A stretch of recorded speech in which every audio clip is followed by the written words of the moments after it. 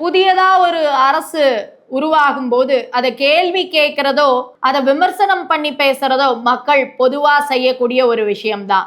அது குற்ற செயலா? அது தண்டிக்கப்பட வேண்டிய செயலா? இல்ல.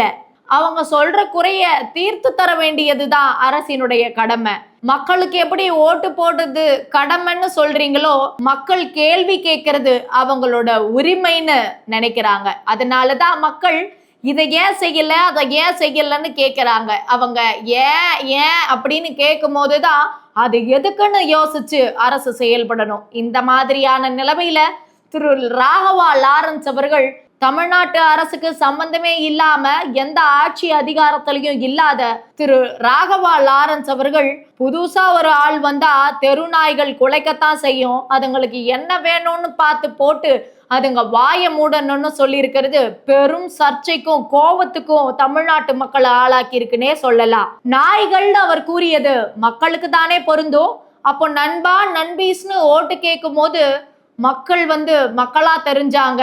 இன்னைக்கு ஓட்டு போட்டு இவங்க ஜெயிச்சு ஆட்சியில வந்த உடனே ஒரே மாசத்துல மக்கள் மற்றவங்களுக்கு நாய்கள் ஆயிட்டாங்களா?